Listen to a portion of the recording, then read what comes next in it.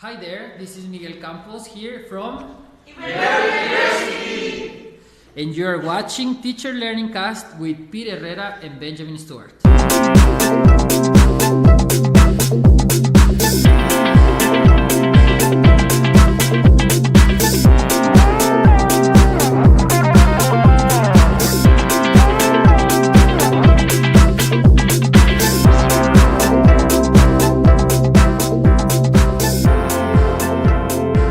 Hello and welcome. This is Teacher Learning Cast, episode number 4. This is Benjamin Stewart from Aguascalientes.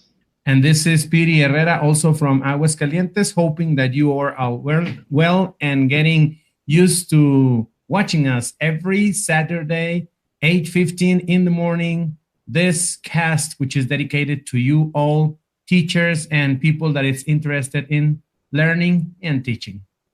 You know, a lot of our audience, PD, are English language learners themselves. So you might take advantage, those who are watching and interested in participating in the conversation, even to practice your English, to practice what you know, your experiences.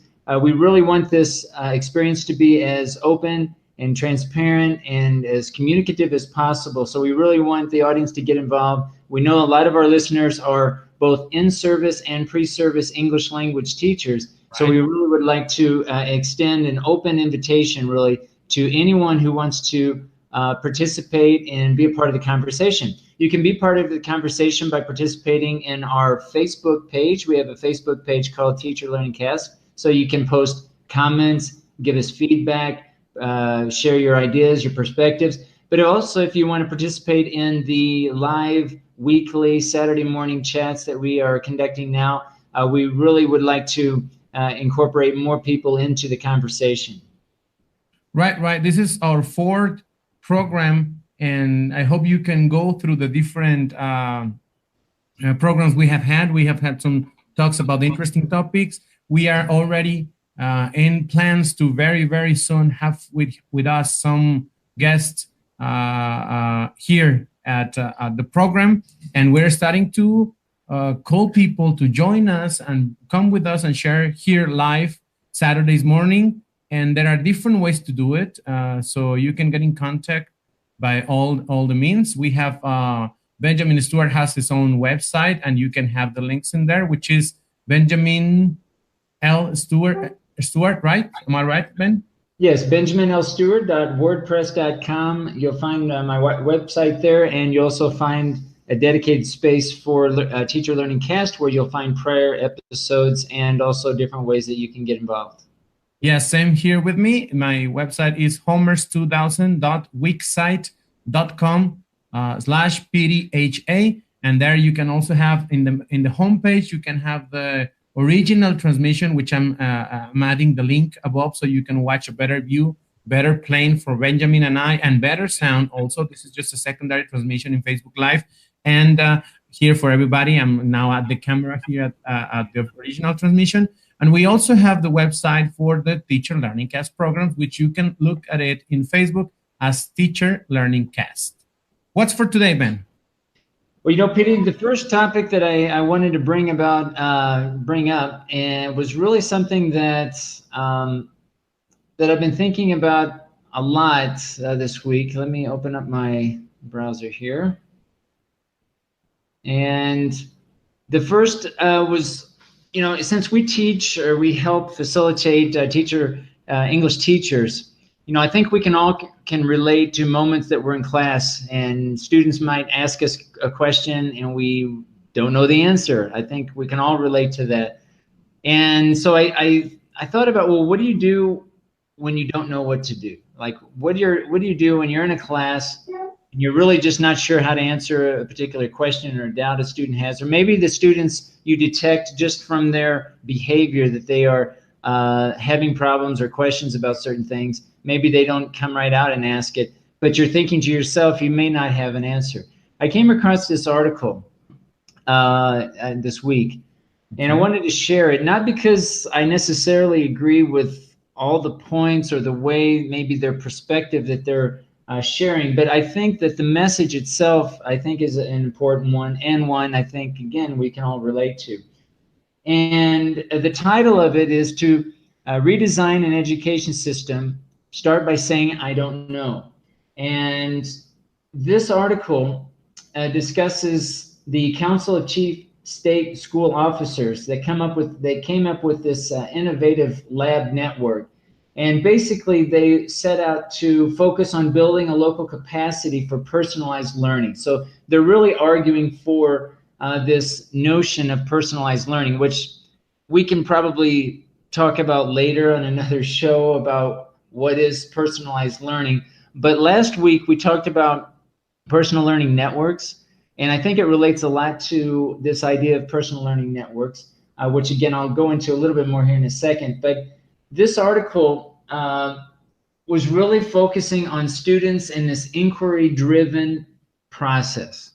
And I wrote a piece this week called Teachers, What to Do When You Don't Know What to Do. And I came up with a few topics here that I wanted to get some of your feedback, Piry, on and see what you think. The first thing is if we're in a particular context and we're in a classroom and we're not sure how to answer a particular question, the first thing we might want to do is paraphrase a student's doubts. So a lot of times when students are asking questions, either we may not fully understand the question, we may have to come back and paraphrase, but I look at the paraphrasing of a student's doubts as really a way to kind of clarify and make sure that I, in this case, the instructor, knows what the doubt is. And it also gives us a little bit of time to either think of possibly answering the question, or just if we still don't understand it, then we better understand what the doubt is. Then we look at stating what is known. So whatever the question is, if there is something that we know, that we're honest and we come across and really come to the students and describe what we do know about that particular issue. The next would be, of course, acknowledging that there might be something that we don't know. So we be honest and at that moment state, okay, well, I'm not sure what this answer is. And that way that there is kind of a trust between the students and teachers, because I think students know from the very beginning when we're really not sure what we're talking about. I think that's obvious in a lot of cases, and our students are very in tuned, I think, to that type of those types of responses. And then finally, commit to a follow-up response. So I like to be very specific, say, okay, either in the next class I'll have an answer, or if we're online, I may post something, say, okay, I'll post something later today to get back to you to address this particular issue. But for me, those are the things that came to mind when I was reading this article and thinking and working with other students, really how to prepare them and really look at their, when they're in those moments where they're not sure what to do, how they would respond. Yeah, I can see that all of these aspects kind of relate to different things we've been talking before. But I think, yes, it's really important to honesty in that sense. And I think that's the core of the article, that teacher has to be honest, first of all, with himself, to know, to be aware of how well you prepare the class, how much you know about the topic, and don't be overconfident about that. And then try to trick students into a masquerade of being able to do everything and answer everything about the topic. I think honesty is the first thing. And yes, you mentioned very interesting points. Starting learning from the point of view that stating what we don't know, paraphrase what a student say and state what we don't know. It reminds me, and that's why I just went quickly to look for this. This is a copy of an article right here. It's in Spanish and it's called La Aventura de Ser Maestro. We read it with the students, and I think it's a comment I made in a show before, in which one of the things that the author says, in this author, which is Jose M. Steve, that he says that why would you give an answer to a question that wasn't asked?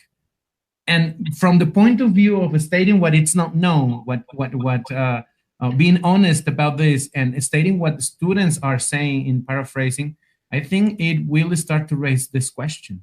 What do you think about it? Yeah, yeah. I mean, I was thinking, you know, there are many, and I kind of go into it a little bit in my piece, which is very brief, but you know, there are many different extensions that I see when we look at a particular context where a student asks a question and the teacher doesn't know. And honesty, of course, is a big one, but we have a lot of options too to kind of turn it back to the students too, to almost turn it into a Socratic method experience where we're asking questions back to the students.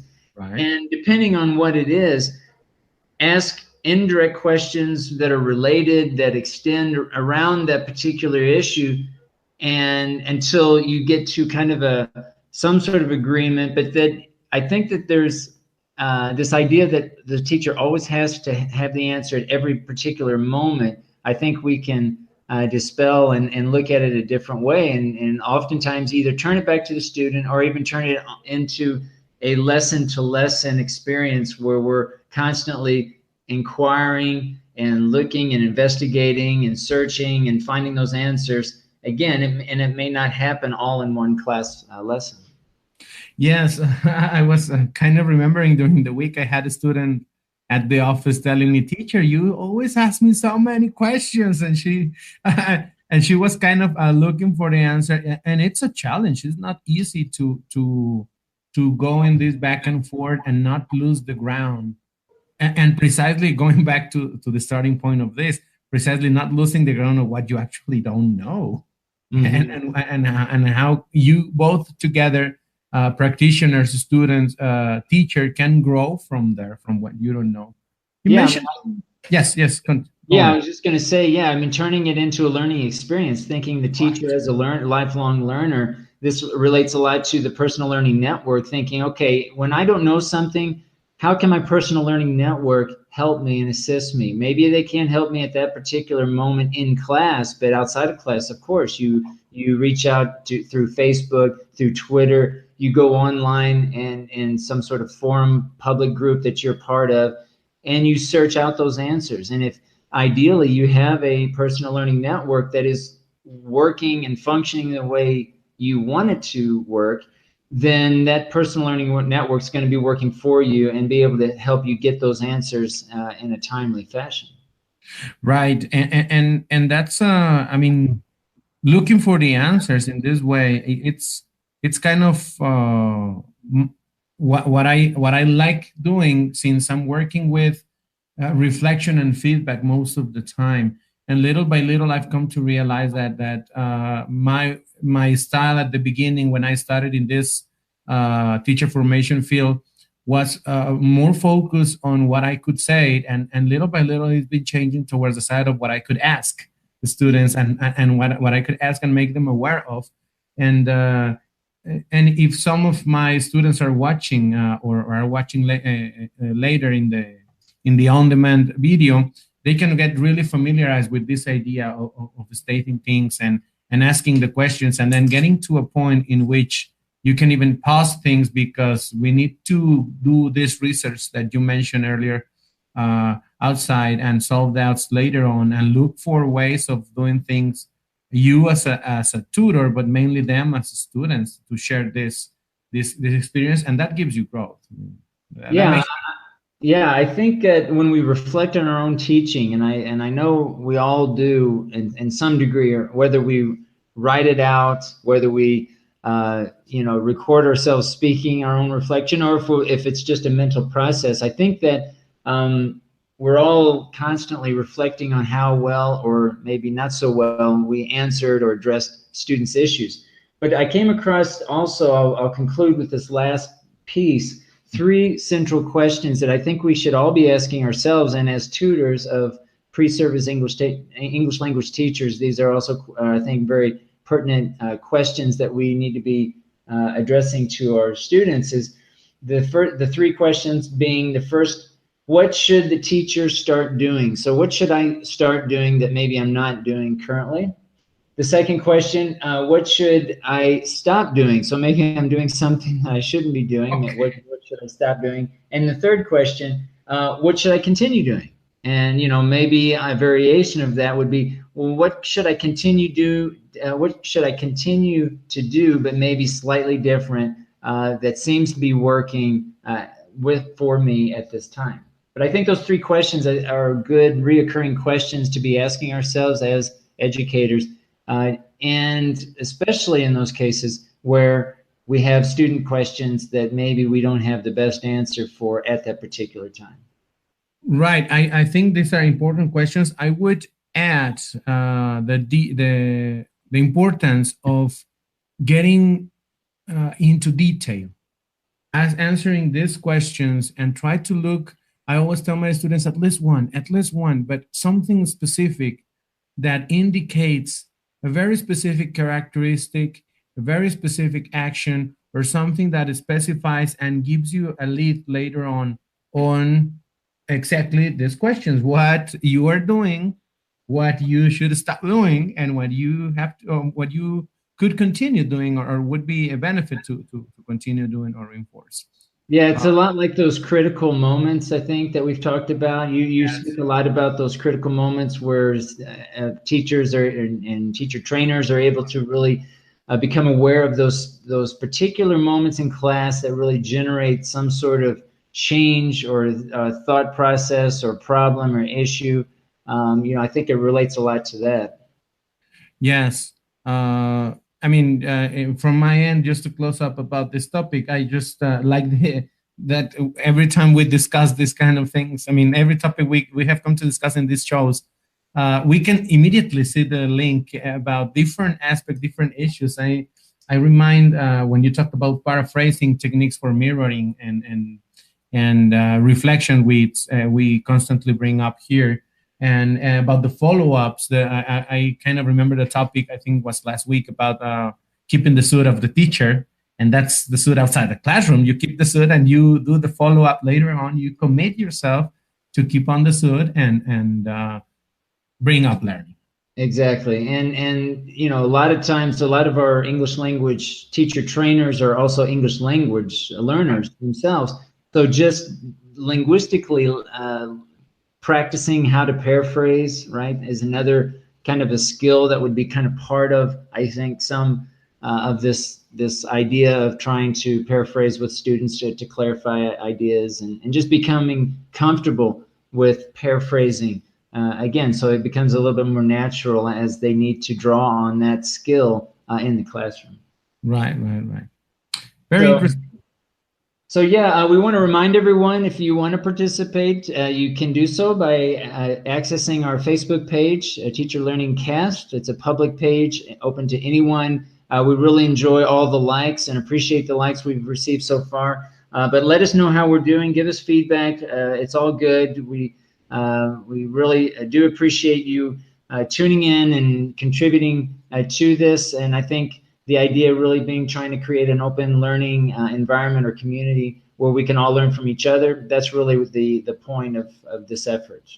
Right. We want to hear from you. We want to know what you want us to discuss. We want to hear you discuss. If you want to share comments or come to the show, you can come live or join us through the network and join our Hangout. We're doing this right now through Hangouts, and participate actively in one topic you're interested. We can program it. In fact, I guess we may be ready for next week, right? To bring a guest into the show, Ben. Yes, I hope so. I think we're planning on bringing in some guests the next show. Ken Bauer, I think we're thinking about bringing him in, and very excited about that. So we'll see.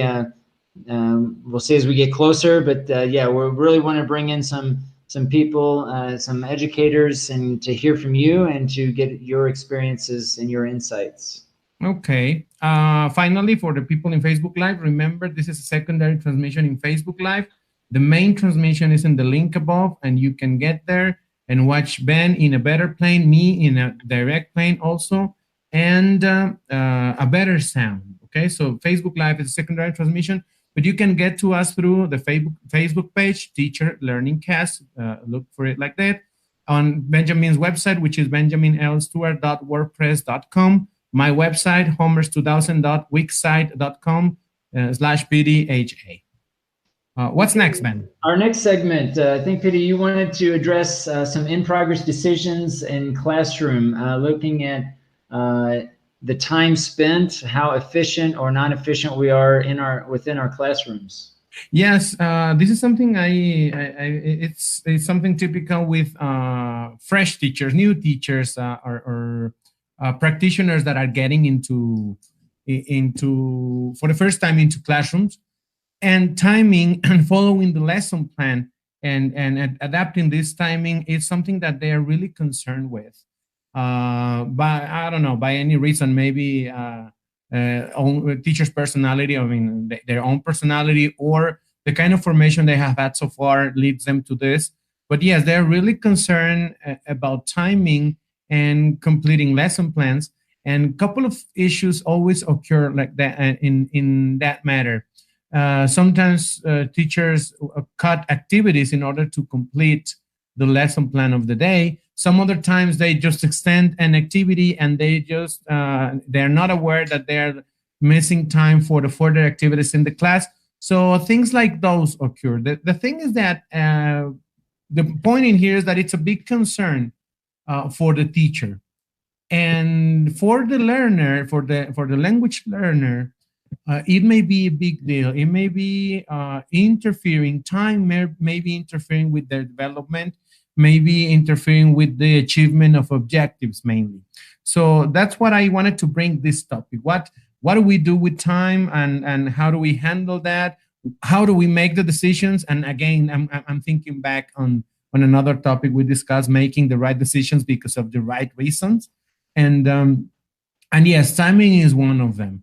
I was thinking back at this for this weekend talk about this, and I remember something I read in Jeremy Harmer's book, in the one about English language teaching practice. I think the name is the Practice of English Language Teaching.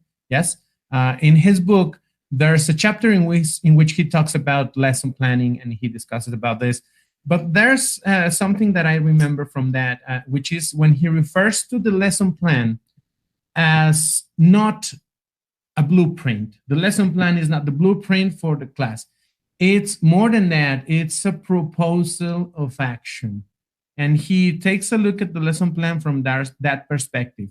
If I recall well, he kind of explains or gives examples of different kind of lesson plans teachers may design, from notes to formal, very, very official, professional, in-format lesson plans. But bottom line, in any format you use, he refers to it as a proposal of action. And I like that comment in that sense, because it eases, at least in my mind, looking at it from that point of view, it eases a little bit the anxiety of fulfilling these steps of the lesson plan. Now, don't get me wrong. I'm not talking about achieving objectives. I'm talking about, playing with the objectives like it doesn't matter if you don't get it. No, I'm talking about fulfilling the exact steps of the lesson plan in the time plan. And then he makes mention of three specific, well, before going through the three specific aspects, I don't know, Ben, if you have any inquiry about this idea of the timing and the lesson plan. Not yet. Actually, I'd like to hear a little bit more what you're about to say there, and then maybe we can go into it a little bit deeper. Yeah, he mentions three aspects, and those are mainly what I want to share a little bit with everybody. He mentions magic moments, sensible diversion, and unforeseen problems. And those exact moments as critical moments in the classroom to modify our plan or our steps in the lesson plan and make that in progress decision. And obviously for the right reason, as we said last week, making the decisions because of the right reasons. and decide to change lesson plan. And he even talks about totally changing the day's topic or the day's discussion or whatever was going to take place that day. So the first one is the magic moments, and he refers to that as unexpected conversation with the students that automatically, by a magic maybe moment, as he calls it, raises the interest of students to use the language, to practice the language, to know something about the language. And yeah, I get the point why he mentioned that as a magic moment, because it's something that there may be a reason, but there may be 100 reasons why those kind of moments rise. And then magically students are so into it that maybe it's the right moment to get into that specific topic or that kind of a specific practice, instead of just following your lesson plan kind of a step by step. And I kind of look at that aspect as a kind of romantic perception of it, but I like it. The second one is the sensible diversion, when he talks about opportunistic teaching, when students intend somehow, this is not like kind of magical or like the first one, kind of more romantic. This is more like a moment in the class in which students, by some reason, intend to use some features of the language or some aspects of the language or some form of the language in order to convey meaning and get messages through. And that becomes an important aspect that may be a good point, a good moment to talk about that form or that language aspect, and develop the class and lead the class towards that. And I like that idea because it's the way we regularly, at least here in Mexico, tend to talk when we are with friends and in confidence. You go from one topic to another, and it works well. So this idea of the sensible diversion is taking these chances of leading natural conversations, and then take the advantages that in those natural conversations in which students feel the need of using the language, go and talk about that aspect of language. And the last one is the unforeseen problems. And obviously this is something in which students are taking longer to react, to answer, to cope with the activity, and that they obviously show a lack in the language that is interfering somehow with an action in the classroom. And that's another breaking point in which you can make a decision and maybe stop the activity or stop the lesson plan in your mind and lead the classroom towards another area. Now, those three main moments are the ones that Jeremy Harmon used. But still, the point in here are changing these aspects of the lesson plan and these decisions. Obviously, they have to do with a lot with timing in the classroom and the achievement of objectives. Yeah, I mean, I look at these three. This is really interesting to me. The magic moment, sensible diversion, and unforeseen problems. I really look at it two different ways, and I think they both relate to each other and very, very closely. One is, how do you plan for those three? And then the other part is, how do you recognize, or how do we help teachers recognize those three? Because it's hard to plan for those when we're not really in tune and even aware when those happen. You know, so I think that students need to even have this self-awareness first of what magical moments are, but in, and a real example in their own case. Because I think it's one thing to say, explain definition-wise what it means. Right. And it's quite different maybe than really living the experience and saying, oh, okay, that was a magical moment, or that was a diversion. Yes. We went into a really interesting discussion that I hadn't really planned on. I mean, maybe that's obvious, maybe it's not for maybe some pre-service English language teachers. So I think that the planning, and I'd like to hear your comments, Piry, on this, but it seems like as a tutor of pre-service English language teachers that we would need to kind of help students with the self-awareness through their own experiences about what those three are and how to plan for those kind of at the same time, depending on their awareness of those, but within their own context. Again, I think the definitions are helpful, Yes. but Yeah. really looking and drawing on specific context of teacher trainers experiences, and really pulling out those magic moments, those sensible diversions, those unforeseen problems, and really having them think, okay, did you plan for those? Could you have planned for those? How might you plan for those in the future? Well, exactly. You're making exactly the point I thought when I was reading about this. If we were in an ideal world where we can sit and lead the class as whatever happens, and we are not tied to a program, or we have the freedom to just like in the ancient times, sit down and let's see what we can talk about today, because the bird passed by, we can talk about the birds and the trees, and that would be ideal, right? That would be great. But on the other hand, it's not like that. We have programs and we have objectives to achieve according to each institution. But the point in there, anyhow, and any view you have from one ideal aspect to the reality we live on, is that it requires awareness. Your favorite word, man.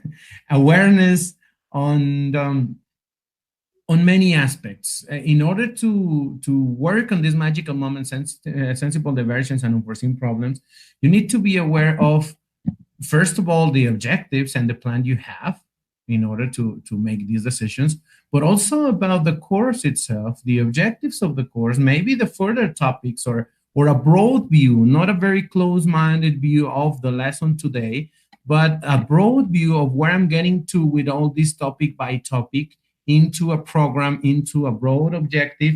And also experience plays a role in here. I tell my students information, which are going to be future teachers, about improvisation, which is never really improvisation. It has to be when it's required, because, and this is another topic to discuss, because there are many things about to say that, but when it's when you improvise, you don't really improvise. It's something you know from before, you plan before, maybe for another occasion, or something you know well, and somehow you are prepared with that. So it's kind of an improvisation, but indeed, it's something you plan and you have maybe come to master, and that's why you make the decision. And I think these three moments require that, more experience and more awareness in a broader view, in order to be able to make these kind of decisions. Now, that's the first thing. And the second one, going towards what you mentioned, how do I really identify that this is a moment, that this is a moment I can take advantage of and change the plan of the day? Or let's go to a simple class. How do I know this is a moment in which I can take more time in one activity, and knowing that I'm going to cut the end of the class because I'm spending more time in this activity? So is it worth it or not? And I go back again to the same. It's awareness about a broader view, not just the activity itself and the moment of, oh, they're having fun, or yes, they are giving me answers, or yeah, let's do another round in the game. It's not just the view of the moment, it's a broader view. In this case, can be a broader view of the plan itself and the objectives of the day, or maybe the week's objective, or maybe the course objective, in order to start making these kind of decisions. And I think this is something, yes, as you mentioned, the definitions may help, but it's something that maybe the preparation, and as a broad view, preparation as knowing you have to know more than the lesson of the day about your students and about the course itself. You have to be prepared, at least knowing the objectives beyond the days, and that may lead you a little bit to identify these moments. That would be my opinion in that sense. Yeah, and I think that, thinking a little bit more now about some of these particular moments, a magical moment or whatever, we might be able to easily identify when maybe students are on task. We can visually look at their behavior and see, okay, they seem to be really into the task. but we may not know how effective or efficient that task is if later we evaluate them and maybe they don't meet the expectations for the class. They don't meet the objectives. So I think we also need to keep in mind that planning these moments are helpful, they're useful, but we also need to take into consideration the evaluation of our students in conjunction with these moments together. And again, maybe these are separate items, the separate phenomena. Sometimes we'll assess our students at a different day or a week later, and then we look back and say, well, we thought they were on task, but maybe they didn't get what we wanted them to get out of the experience. So I think that it's complex. It's very kind of a global, holistic type of view, I think, is required for looking at really trying to identify these particular moments. But I think it's very important really to try to at least plan for these as best we can. And as we get more experience, I think, teachers become better at trying to create those environments where magic moments happen and so on. But there's one last thing I wanted to ask you about, PD, and it's kind of related to this, but maybe not directly. But what happens when students, especially teacher trainers, they realize that an activity just is not working, right? And what do they do, and how, and do they even, or should they even, can they even plan for those moments? I mean, because I guess the assumption is first that the activity that they're planning on is going to work, right? But then they get into it, maybe it's just a complete flop. I mean, I'm speaking from experience. It happens to all of us. How do we adapt? How do we adjust on the fly? And then how do we learn from that experience? Well, what I'm doing, and I can tell you what I'm doing, and this happens during the week in the different classes I'm teaching in classes where students are helping other teachers and giving 15 minutes class, and teaching workshop where they teach amongst themselves in 15 minutes class also. In both of them, pretty much happens that they have an activity which is not working, or they make these decisions about timing, cutting activities because of any reason. What I'm doing right now is just be very, very attentive to those moments and bring them up in the reflection part and feedback part of the discussion with the students, and ask them why they made the decision. And they have different views of it. Some of them said because they wanted to stick to the lesson plan. Some others said because they were having fun. Some others said because they were giving me answers and I wanted to practice it one more time.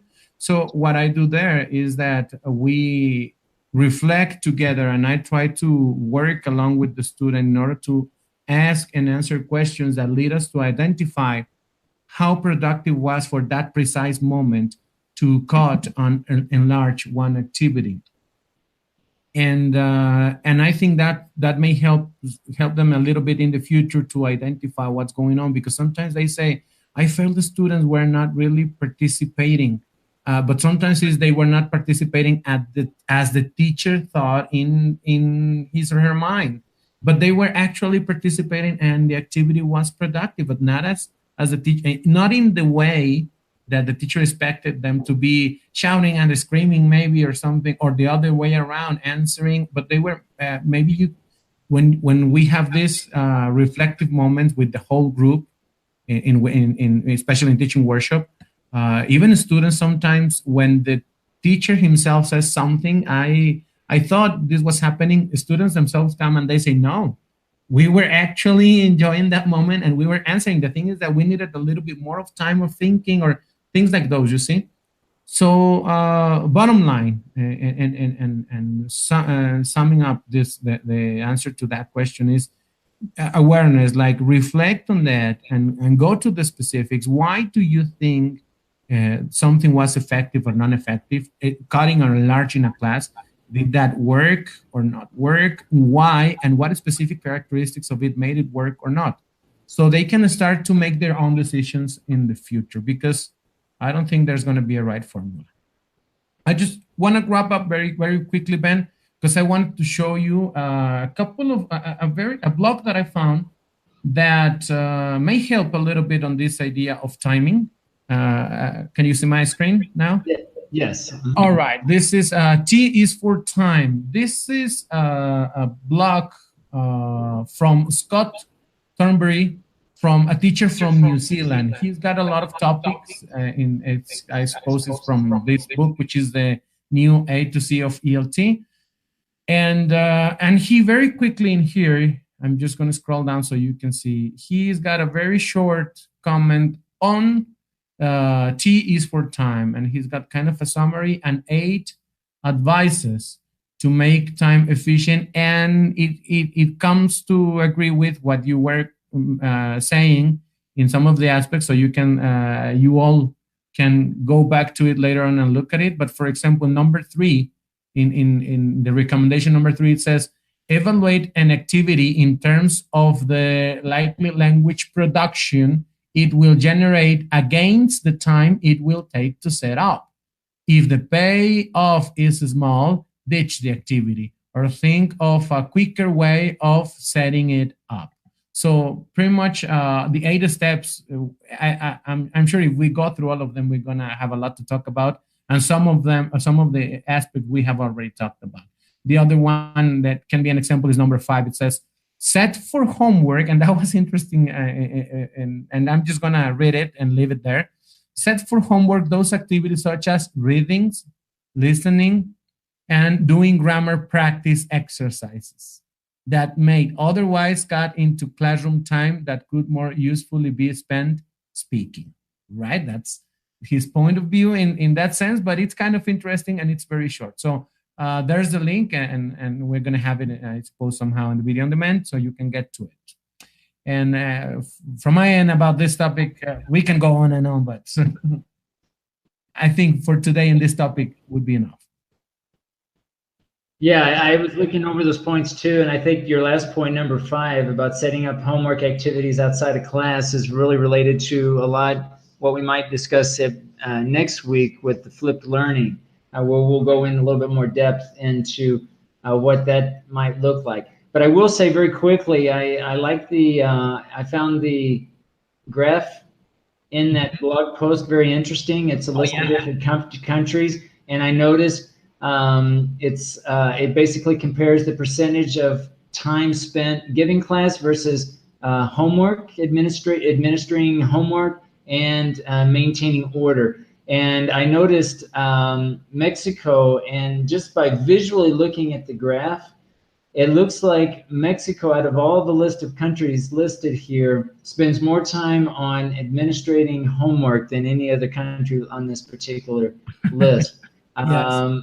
And we can talk about that again. I think there's a lot of topics here we can really expand on later. But I really would recommend everyone take a look at that post and take a look at that chart, especially if you're in Mexico. There's some interesting, I think, considerations to take from by looking at this this chart. But I think time management, really how we manage time, not just the activities itself, but just taking attendance, maintaining order, like we mentioned, and the homework aspect, I think, is big. How much time in class do we actually spend doing homework, and what constitutes as homework?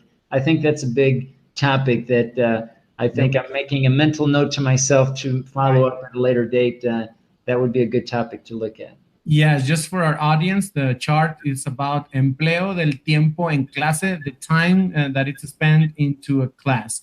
And it has different features and different countries, and it's really, really interesting. So you may get back to this blog, to Scott Thornbury's blog from New Zealand, and you can take a look at it.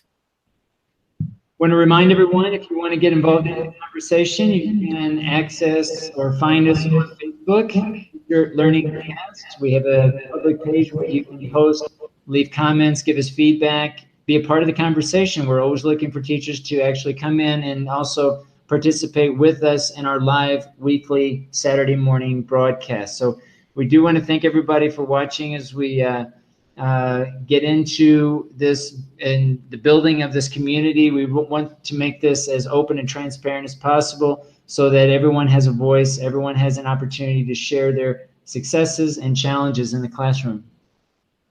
Right. Send us your comments, send your just suggestions, whatever you want, please, by any means.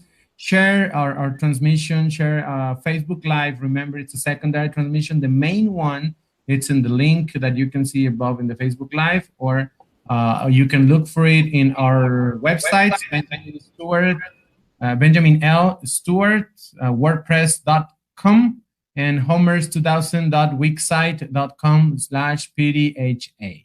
And obviously in the Facebook page, Teacher Learning Cast. Give a like, follow us, and share with people. We want you to get involved. Yes, our last segment, we always like to finish on sharing an experience or something that we've been looking at and considering for the week. Piry, I don't know if you have something you'd like to share for this week? Yeah, I wanted to, last week we were discussing about making the right decisions because of the right reasons. And the case was a case of one of my students deciding on the use of a video in class because of the complexity of the language, because it was attractive, it may be very engaging, and but at the end, maybe the language would be too complex, and she had an alternative video which was the same purpose, the same thing to show, but in a little bit more boring way, just two kids showing the performance of a game. And on the other side, we had famous people at a TV show having fun with the same game, and it was going to be used as instructions. The point here was that she needed to make the decision. With one extra feature was added. There was a sexual comment in the video, and that was what we discussed last week. And the thing was, it was on a standby. What would she do? Which video would she pick? I didn't have the time to talk to a student this week about the issue, but she actually reflected on it and sent her reflection. And what she decided to do at the end, she decided to look for a third video. She decided to look for a third video, but it looks like she was making a smart decision. The decision was between an attractive video with famous people, which can be engaging for students, but challenging in the language, and risky about the sexual topic. And on the other hand, she had the video about kids playing the same game, but being very explicit about the rules of the game. So it was more likely that the video of the kids would be clearer, but maybe not as motivating as the other video. So she looked for a third video in which she went back for the same game, but considering the elements she wanted to rescue from the video of the famous people. She looked for a third video with famous people, attractive and fun, but without the sexual comment, and risking a little bit, taking the risk about the challenging of the language.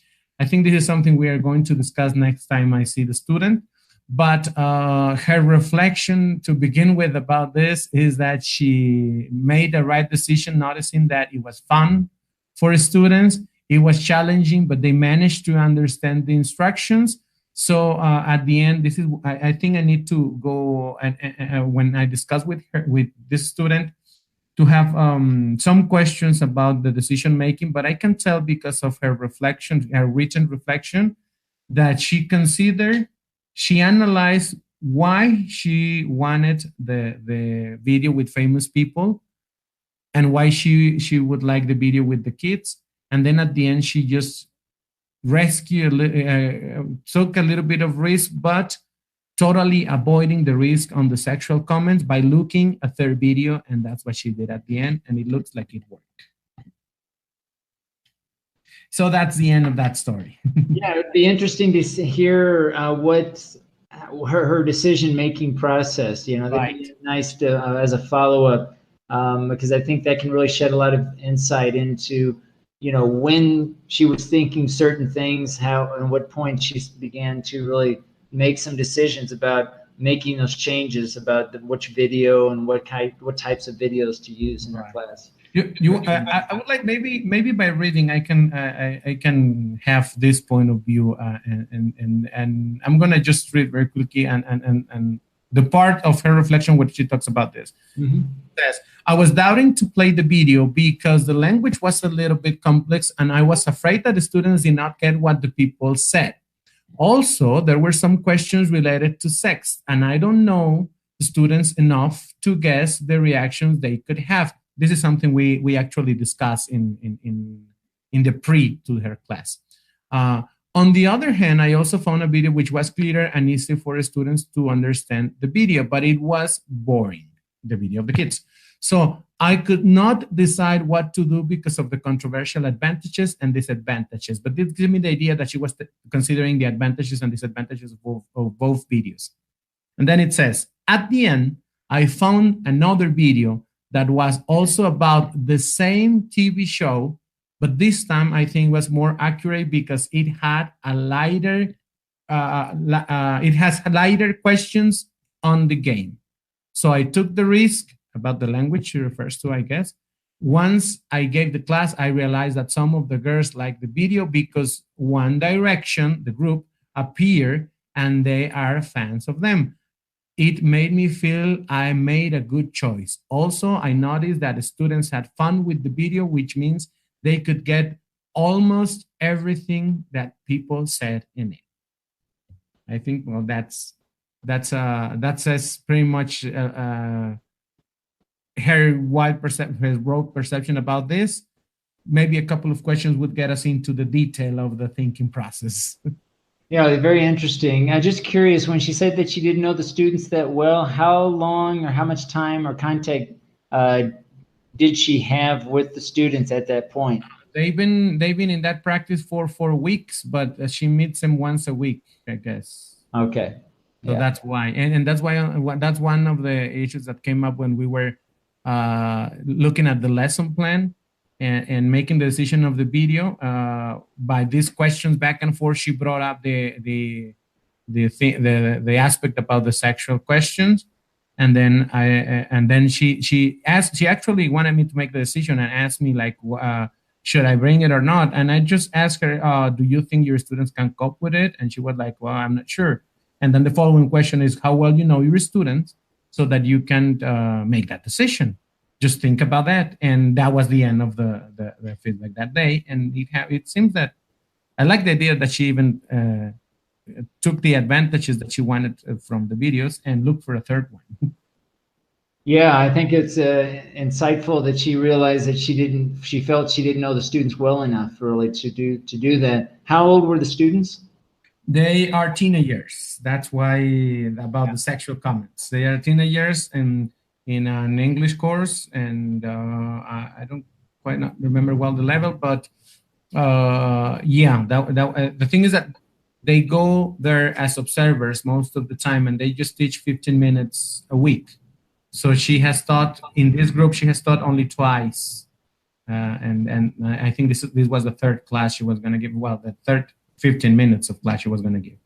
Yeah, I think it's important really to have that close relationship between the teacher and students, especially in certain hot topic items that you want to bring into the class. I think, but yeah, that was interesting, very interesting. Right. So that's from my end for today. I don't know, Ben, do you have any experience or anything you want to share? Sure, I'll share something here very briefly. This really relates a lot to your segment, Piry, talking about time management and really trying to keep students on task. And one thing I wanted to share is an experience I had with a writing course, and trying to keep them on task. And since every student is different, a lot of them will progress at different rates. I use a Canvas and a learning management system where you should be able to see here, I have different modules, and the modules are per week. And so each week they'll have a list of different documents to consult, and also different assignments to do. So one of the ways that I try to keep them on task as much as possible is I try to provide a little bit of flexibility in the due dates. I have due dates specified for each assignment, but typically students will go at their own speed, so they will upload and complete assignments at different times. So what I'll do is, I think this was earlier this week, I had students working on various different assignments at different times, because they were all at that particular point at different stages of their development. So because all of the students are using Google Docs, which is a shared document that I also look at and leave comments on, I basically leave feedback through Google Docs and through Canvas, through where they actually upload their assignment. So students really have a lot of options. I think my point I want to make here is that students are going at different rates. At any given day, there might be 2 or 3 or maybe more assignments or things that they're working on at any given time. They can choose what kind of feedback that they want to receive, I should say, whether it's in Google Docs, whether it's face-to-face. Some students prefer face-to-face in class, where we meet every day. Some students will come by my office, of course, to receive feedback, and some students will send email. They like to receive feedback outside of class when they're working on their work outside of class. So I think one of the things I just wanted to focus today in is looking at how technologies, in this case Canvas, a learning management system, Google Docs, even simple email, can be used with the face-to-face class that I have in ways that students have really a different, they can really personalize their own experience in the way that they are progressing throughout the course. Of course, we have certain milestone dates that everyone needs to complete certain topics, certain assignments, but I try to leave enough flexibility in so that students can, again, work at their own space, and especially with the writing skill, which is very demanding cognitively, and it's linguistically, it's very a demanding skill. I see that, that's, I think, very important to have them have that flexibility, and so that they're developing at their own rate, right? But again, we have to try to adhere to certain dates, and I think the Canvas platform especially helps in that regard, because we have different modules per week with dates, and then each corresponding homework has a due date. So that's basically what I wanted to share. Nothing too specific here, but just generally speaking, from a global classroom experience, trying to find ways that students can be engaged as much as possible. I try in class not to speak too much. I try to give them class time in each class where they're doing something, whether they're working individually or in pairs or in groups. But that's been my approach, and wanted to share that with you today.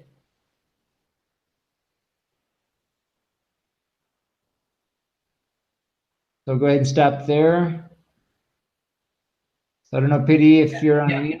Yeah, I'm here. Sorry, I just had my mic mute, but yeah, I think it's interesting because it helps you. It twitches. It gives to students a different perspective of things, and consciously and unconsciously they transform certain habits. Since I've been using platforms to call for papers for students' works and things like those, and such things like you are showing us that you do, students are getting used to not doing things at the end. I remember when we used to ask them in paper to deliver portfolios in paper, hard copies, they would tend to leave a lot of things to the end of the semester, or formats, or things like they would take long doing in the last minute, the last day, and then the delivery day, using it for going to find a binder, put it all together and organize it. But you could tell that many things were done at the end, and obviously, well, not with the same impact, especially in reflections, right? Which is in my case. But having this kind of organization makes students transform, and now they go week by week composing, and the latest they delay in, I mean, I have maybe 1 or 2 students that may be late in the delivery of a reflection, And late, I mean they do it before coming to the individual session.